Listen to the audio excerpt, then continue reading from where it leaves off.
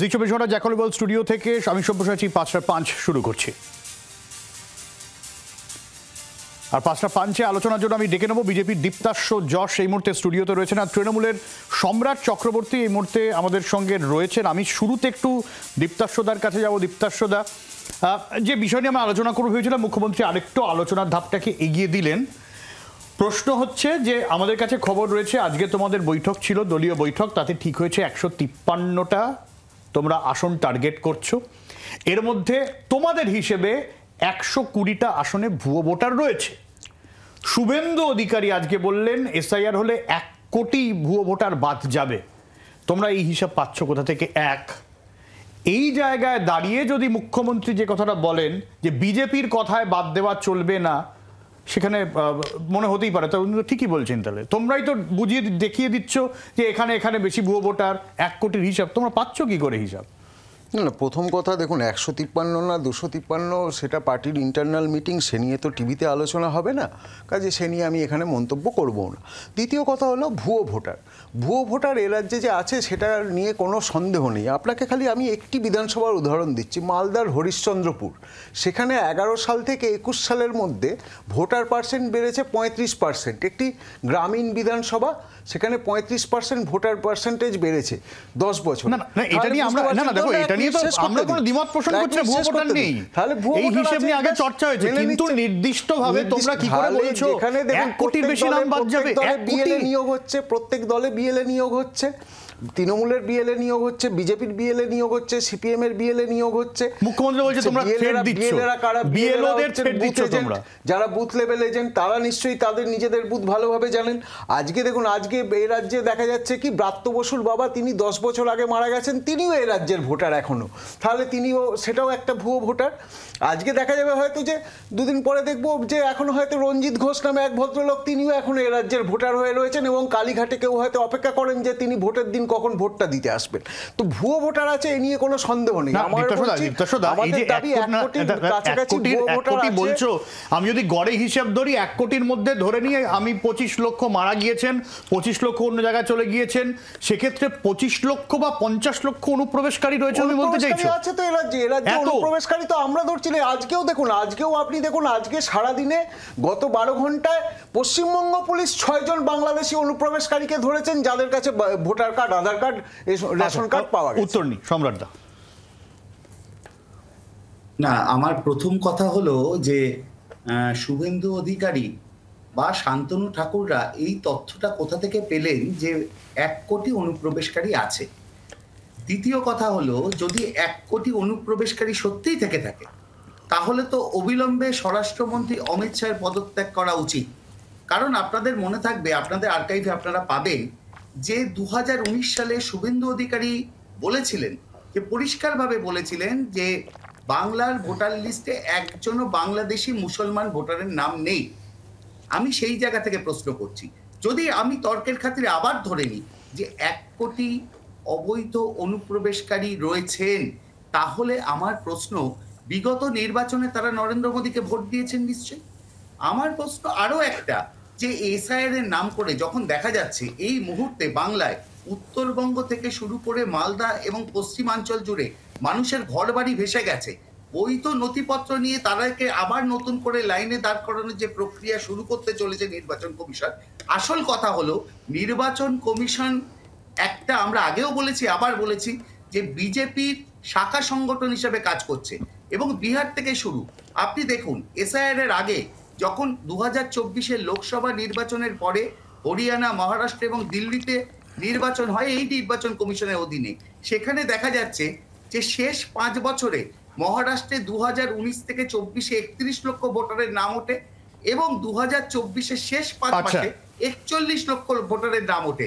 তাহলে দেখা যাচ্ছে এসআইআর যখন হচ্ছে না তখন ভোটার সংখ্যা বাড়ছে, আবার যখন বিহারে এসআইআর প্রক্রিয়া শুরু হচ্ছে তখন 65 লক্ষ ভোটারের নাম বাদ যাচ্ছে। কেন বিহারকে প্রথমে বেছে নেওয়া হলো? আমরা বলছি লক্ষ্য বাংলা, উপলক্ষ্য বিহার। বিহারের ওপর, বিহারকে কেন্দ্র করে নির্বাচন, বিহারের এই নির্বাচনকে কেন্দ্র করে কেন্দ্রীয় সরকার থাকবে কি থাকবে না সেটা ডিপেন্ড করছে। আচ্ছা, আমি আসবো সম্রাটদা, আসবো আমি এই জায়গাতে একটু দীপ্তাস্যদা তোমার কাছে আসবো। আজকে তো মুখ্যমন্ত্রী সরাসরি অভিযোগ করছেন যে বিএলওদের হুমকি দেওয়া হচ্ছে এবং এবং যথেষ্ট তাড়াহুড়ো করা হচ্ছে, কারণ উত্তরবঙ্গের পরিস্থিতি দেখো, এই পরিস্থিতি যদি 2-3 মাসের মধ্যে গোটা বিষয়টা শেষ করতে হয়, সত্যি তো মানুষ ডকুমেন্টস বা দেবেন কি করে? আর মানুষ ডকুমেন্টস দিতে যদি না পারেন তাহলে প্রথম কথা হলো যে বিহার নিয়ে এত কথা বললেন সম্রাটবাবু, কিন্তু যে কথাটা বললেন না যে সুপ্রিম কোর্টে গিয়ে প্রচুর হইচই করার পরে 65 লাখ নাম বাদ গেল, কিন্তু অভিযোগ এলো 33,000। 65 লাখের মধ্যে 33,000 পার্সেন্টেজ অনুযায়ী কত হয় সম্রাটবাবু? একটু বসে বসে কেক খেতে খেতে হিসাব করুন। দ্বিতীয় কথা, যে লাইনে কারুর দাঁড়ানোর দরকার নেই, কারণ এসআইআরে বিএলওরা বাড়ি বাড়ি গিয়ে ফর্ম দেবেন, বাড়ি বাড়ি গিয়ে সার্ভে করবেন যে মানুষটি এসে বলছেন আমার এই ঠিকানা, আমি এইখানে থাকি, আমি এখানকার ভোটার, তিনি আদৌ সেখানে থাকেন কিনা সেটা বিএলওরা গিয়ে বাড়ি বাড়ি গিয়ে যাচাই করবেন। কাজেই মানুষকে লাইন দিতে হবে না, হ্যাঁ ভোটারদের বাড়িতে গিয়ে তৃণমূলকে লাইন দিতে হবে, কারণ বিএলএ হিসেবে তাদেরকে যেতে হবে। না 1 মিনিট, তৃতীয় কথা যে আপনার যে ডকুমেন্টের কথা হচ্ছে, আজকে উত্তরবঙ্গের পরিস্থিতি খারাপ, সেটাই নির্বাচন কমিশনও বুঝেছে, সেই জন্য উত্তরবঙ্গের প্রতিনিধিদের কিন্তু মিটিংয়ে ডাকা হয়নি, দক্ষিণবঙ্গের প্রতিনিধিদের নিয়ে মিটিং হচ্ছে। তো এখানে যখন মিটিং হচ্ছে, আজকে ধরুন উত্তরবঙ্গেও হবে, হয়তো আজ না হোক 1 মাস পরে শুরু হবে। এবার ধরুন যার আধার কার্ড আছে, বা যার আপনার ধরুন বাড়ির দলিল আছে, কিংবা ধরুন যার বাবা বা মা 2002-এর আগের ভোটার, তাদের সেইটা মনে করতে কি 2 মাস লাগবে? আপনার নিজের বাবার নাম মনে করতে আপনার 3 মাস লাগবে? আপনার বাবা যদি 2002-এর আগের ভোটার থাকেন, সেই তালিকা তো ইলেকশন কমিশনের ওয়েবসাইটে জলজল করছে, তো তৃণমূল কংগ্রেস তো নিজেরাই সেই তালিকা বার করে ভোটারদের বাড়ি পৌঁছে দিতে পারে উত্তরবঙ্গের, যাতে তারা দেখে নিতে পারেন যে 2002-এর আগে তার বাবার নাম সেখানে আছেন কিনা। কাজেই এই সমস্ত ভয় ছড়িয়ে লাভ নেই। আর দ্বিতীয় কথা, যে 1 কোটি ভোটার বাদ যাবে, তারা যদি সম্রাটবাবুর মতে বিজেপির ভোটার হয়ে থাকে এবং তারা যদি নরেন্দ্র মোদীর ভোটার হয়ে থাকে, তাহলে তাদের নিয়ে সম্রাটবাবুদের এত চিন্তা কিসের? তাদের কেন রাতের ঘুম উড়ে যাচ্ছে? আজকে এই 1 কোটি ভোটার কারা? এই 1 কোটি ভোটার হলো তারা যারা খগেন মুর্মুর মতো আদিবাসী নেতাকে মারধর করে এবং মেরে তার জীবন সংশয় ঘটায়, তার প্রাণহানি করার চেষ্টা করায়।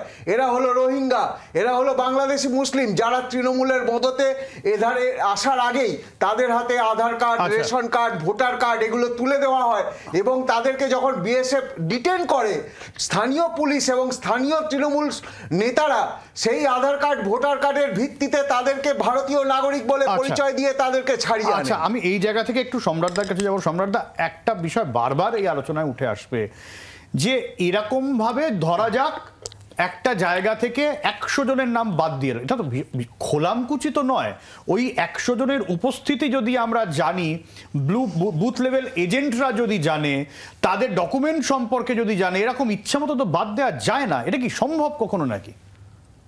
না, এটা সম্ভব বলেই কখনো সোনালিকা, কখনো ট্রাক্টর, কখনো ডগবাবুদের নাম ওঠে। উনি সুপ্রিম কোর্টের কথা বললেন, আমি একদম পরিষ্কার সুপ্রিম কোর্টের একটা ভার্ডিক্ট বলি।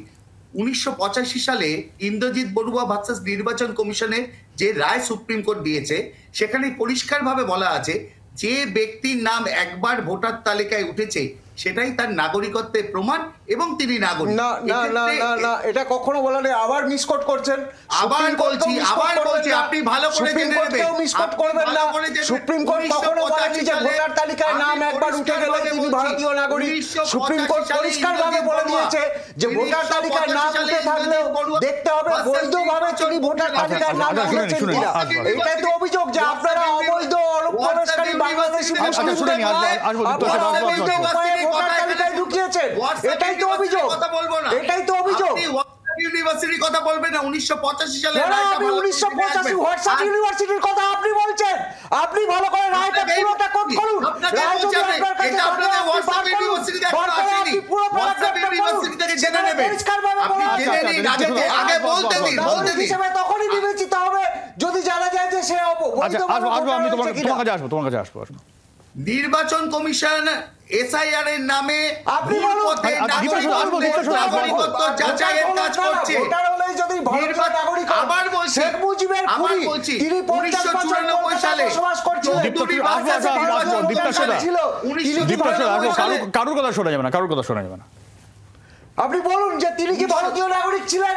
খাগড়াগড়ের যে সন্ত্রাসবাদীরা ধরা পড়েছিল তাদের কাছে ভারতীয় ভোটার কার্ড ছিল, আপনি বলতে চাইছেন তারাও ভারতীয় নাগরিক?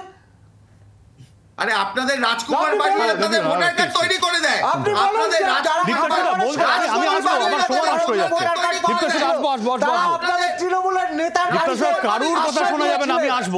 তারা কি তাহলে আমি আসবো দীপ্তাশোদা, তোমার কাছে, তুমি বলবে সম্রাটদা। আমি একদম পরিষ্কারভাবে বলি এবং আবার বলছি 1995 সালে নির্বাচন কমিশন এই ছিল 1985, এই হয়ে গেল 1995। মানে আরেকটা ভুল আছে, একটাতে আটকে আছেন কেন? যে সালটা কারুর কথা শোনা যাবে না, কারুর কথা শোনা যাবে না। একটাতে আটকে আছেন কেন? 1995 সালে সালটা লালবাবু ইউনিভার্সিটি এবং থেকে নির্বাচন করছেন যখন আগে ভালো করে পড়েনি। সুপ্রিম কোর্টের রায়ে বলা হয়েছে কোন ভোটারের নাম তালিকা থেকে বাদ দিতে গেলে প্রকাশ্য শুনানি করে তার নাম বাদ দিতে হবে। প্রকাশ্য শুনানি তো হবে, এসআইআর প্রকাশ্য শুনানি হবে না, এটা কে বলেছে আপনাকে? আসল কথাটা আপনি হলো এইরকম বায়োপিও ধরনা নিয়ে সময় নষ্ট হচ্ছে, দীপ্তাশোদা সময় নষ্ট হচ্ছে, সময় নষ্ট হচ্ছে। হোয়াটসঅ্যাপ ইউনিভার্সিটি পড়লে আপনি কি করে জানবেন যে কোনো ভোটারের নাম দীপ্তাশোদা বাদ দিতে আমি গেলে আসবো শুনানি তোমার কাছে, অবশ্যই হয়? তোমার কাছে আমি আসবো। 2024 সালে যে বিহারে দলটা শুনানি হয়েছে। দীপ্তাশোদা প্লিজ। 2024 সালে যে দলটা অসভ্যের মতো আচরণ করবেন না, বলতে দিন। না আপনি যদি ভুল তথ্য বলেন আমাকে ধরিয়ে আচ্ছা দিতে তুমি হবে। কাউন্টার করো, তুমি কাউন্টার করো। দীপ্তাশোদা তুমি লিখে রাখো, তুমি কাউন্টার করো প্রত্যেকটা। আমি তোমার কাছে আসবো। আমরা চলি না হোয়াটসঅ্যাপ ইউনিভার্সিটির তথ্য নিয়ে আমরা চলি না। দীপ্তাশোদা কি হচ্ছে? দীপ্তাশোদা প্লিজ। বলছেন শুনানি ছাড়া নাম্বার চাই। দীপ্তাশোদা তুমি কাউন্টার করো, দীপ্তাশোদা যখন বলবে তুমি কাউন্টার করো প্লিজ, তুমি লিখে রাখো, আমি তোমার কাছে আসবো। সম্রাটদা বলো প্লিজ, প্লিজ ইন্টারাপ্ট করো না। আমি বলছি 2024 সালে যে দলটা আপকি বার 400 পার বলে 240-এ থেমে গেছে, সেই 240টা একটা সংখ্যা না সংখ্যা হয়ে গেছে। পরবর্তীকালে 3টে নির্বাচনে আমরা দেখেছি যে রাজ্যের মাননীয় মুখ্যমন্ত্রী মমতা বন্দ্যোপাধ্যায় যে 3টে নির্বাচনে দেখা গেছে ভুয়ো ভোটারে ভর্তি করে দিয়েছে।